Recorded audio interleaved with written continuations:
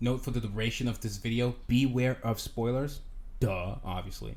Now that that's out the way, I lost my marbles at the end of Fight Club the first time I saw it. I think it was one of the few moments where I really appreciated a well-written twist. You go through all the motions, you start to almost feel enlightened by the end, remembering all the clues that were in your face. Some that I don't want anywhere near my face, but you know what I mean. You're just letting yourself become Tyler Durden. You are not your job! How much blood I'm out of the way! I love it when the twist is not only shocking, but pushes the story forward in interesting ways, almost breathing new life and meaning into the story. I appreciate the effort put into constructing such a twist. It's as impressive as a magic trick. Everybody loves magic. There are many others. Westworld Season 1 twist was so good. Not only do you get a Ermagerd, they were the same person the whole time twist, you also learn that the structure of how the story is being told isn't in order at all. They're like decades apart. Twists are essentially new information that challenges some of our existing expectations. We're so used to a story being told a certain way, we initially assume certain things about the story, like how the story may be told linear, but in this case, it ain't. We see two characters and assume initially they are separate, but psych! The Westworld timeline twist was also great because it didn't feel like it was just done because, oh, look at us, we're so cool, we're doing a twist just to mess with you. No. It was tied to the narrative and overall principles of the show beautifully. Robot Dolores gaining some form of consciousness through the suffering she remembers, while her memories are all mixed up because she's experiencing the now while remembering her past from her host Data. All of this makes her confused, and so she sees things out of order. And so as the audience follows her arc, we also see things out of order. Where she's confused, we're confused, at least at first. Bonus is, she doesn't age, so we rarely question the timeline. Seeing her in the now versus seeing her 30 years is hard to spot. However, if you do pay attention to detail, you can catch some clues. Like some scenes where we see her more robotic insides versus other scenes where we see a more fleshy model of the hosts. That kind of tells us that there's been a gap somewhere in the timeline, especially when they reveal that the hosts were upgraded to feel more human. Blink and you miss it. Showing Dolores's more robotic insides was a hint that this was taking place in the past, where her body is essentially an older model of the host. Her memory core is the same, so everything is kind of woven together. That is, her memory. Great show, well put together, at least season 1. Comment below your favorite anime and manga with sick twists. I love to check them out. But here are a few tips I think you should watch out for in order to learn to pull off a great plot twist in your work. Establish the norms and make use of already existing norms. Don't be afraid to subvert expectation, but only if your outcome is satisfying and interesting and pushing the story forward, and more interesting than, say, if you didn't subvert expectation. Usually you want to do it if it fits the vibe that you're going for in your story. How you execute is also key. Establishing the norms could be simple statements or visual statements or cues, like say in Bleach, most forms of hollows have some kind of mask that's like a white solid bone-like structure on their face, and they also have a hole somewhere in their chest area. So anytime you see a character with those features, when you saw Ichigo develop some of those visual cues, you knew to ask, is he a hollow? Which was contradictory because he was also a Shinigami that killed hollows. So the plot twist was, wait, he's a Shinigami and a hollow at the same time? See, you have a norm, and then you flipped it on his head and you had fun with it. You can establish norms or new norms in your universe, like the hollow visual cues, and throw in a strategic wrench in the plans to entertain your audience within reason. It could also be a new norm like all supernatural beings have a tiny cross curse mark on their skin. I just made that up. So if you see it on a character in my show, know your audience and predict how they're going to think. Invincible's first episode ends with a doozy. We get this DC-like animation with Justice League-inspired characters. We're led to believe that will be, the forefront in the story in some kind of way, at least based off of the knowledge that we have off of the Justice League that we do know. But psych! Omni-Man, the off-script Superman of this universe, brutally murders all of them by the end of episode 1. Even the way they're murdered is a shock because Western audiences aren't so used to seeing so much gore in such a wholesome, DC-esque animation style. So there's a lot going on. There's like a plot twist visually and then a plot twist from a narrative standpoint as well. Next, foreshadowing. Drop clues for your audience so that the twist doesn't feel rushed or thrown out there for shock value or cheap wows. Some clues can be more subtle than others, almost like you want them to only notice it if they pay super duper attention. So you hide the clues in between the lines, tell your story, and drop the clues in ways that aren't too obvious to where they're clearly recognized as clues. You might still be able to get away with this, but you run the risk of pulling the viewer or reader or your audience out of immersion. Some clues are even symbolic or have literary traditions attached to them, like characters in front of cracked mirrors could mean character X has a split personality, or if you never get the character's name, they're usually someone else in the story in some way, i.e. Fight Club or Tenet. An X in frame with a character could foreshadow your death, like in The Departed, though deaths aren't always plot twists, but they can be shocking depending on how you execute them.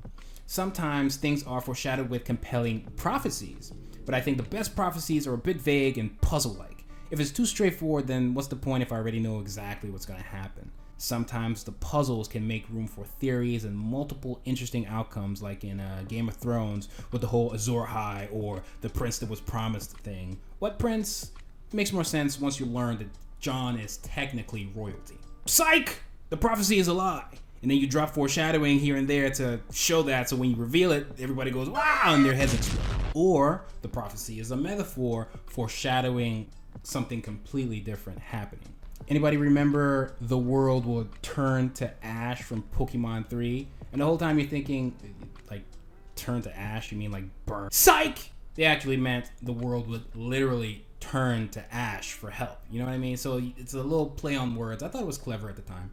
And I also think it's really smart and realistic for people to interpret prophecies very differently, and you can have a little plot twist thrown in there.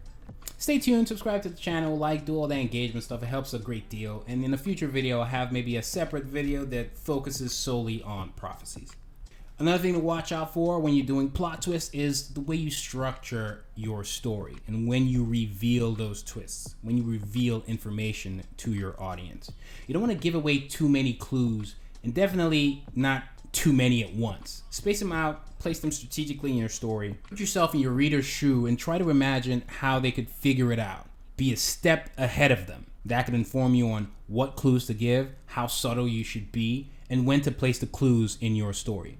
Aizen faked his death, but they only revealed what his Zanpakuto could do after he returned on purpose. Because if we knew what it could do before we saw his fake dead body, he'd be super sus. Another, take a step back and make sure the plot twist is satisfying. Ultimately, the twist should have weight and impact. It should be all or a mixture of being satisfying, interesting, personal, emotional, psychological, and so on.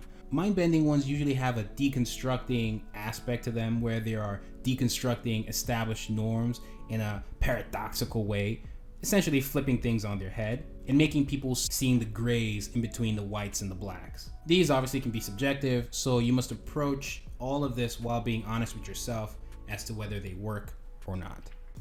Another key feature, and one of my favorite key features of having a successful plot twist, is how you reveal the truth. When revealing the twist, it should be memorable. Key thing to remember is to show and not tell. We don't just get told Omni-Man is here to conquer Earth. It's revealed the first time when we see him take out all of Great Value Justice League, and then also when he gets mad at the Flaxans for trying to take over Earth, and he says, Earth isn't yours to conquer. There are other times where the clues are really on the nose, but they're still enjoyable, and you start to like carve out theories and hope that you're correct. And I remember when I was correct in Naruto, I remember the manga chapter that dropped where Toby stopped acting like an idiot on top of that tree in front of Kakashi and Naruto and whoever else was there, And then there was this panel where Kakashi was kind of shocked. Now, they were already on high alert because they were in front of this Akatsuki member. But this panel kind of felt a little out of place in that Kakashi was like extra shocked, right? Something was off. And it was after Toby had done something with his Sharingan. So I was like, wait. And that's when it hit me. That's why they showed the backstory of how Kakashi got his eye, not too far from when this chapter actually dropped. And then it also explains why Toby's mask covered his other eye and only showed one eye with a Sharingan. And shocker, it was the eye that Kakashi didn't have a Sharingan on. And then you started thinking of the name of Toby and Obito, which is kind of an anagram missing an O. I was like, yeah, it's a wrap. It's done. It can't be anybody else. At that point, the only question was, why would Obito do that and turn evil and become Akatsuki? And that's also revealed later. So again, you're picking and choosing when you reveal information to your audience. They tried to sell the idea that, oh, it's Uchiha Madara. I was not buying it for a second. But after your reveal, make sure it hits home. Some creators like to do a quick flash of all the clues so the audience can go through the, oh my god, I'm so dumb. How did I miss that? It was in my face the whole time. When do the plot twist reveals happen? Really, it's up to you. Sometimes it's at the beginning of the story to wake you up. Sometimes it's in the middle to keep you awake and maybe rejuvenate the story, put it in a new direction, having some very interesting developments. And sometimes it's at the end to send audiences home shocked. Ending plot twists are usually the most memorable. Sometimes it's all you remember. TV shows benefit from this the most as they have multiple episodes to play with, multiple endings to throw out plot twists. But ultimately, you decide what works best for your story. A plot twist is just an unexpected, radical development in the story.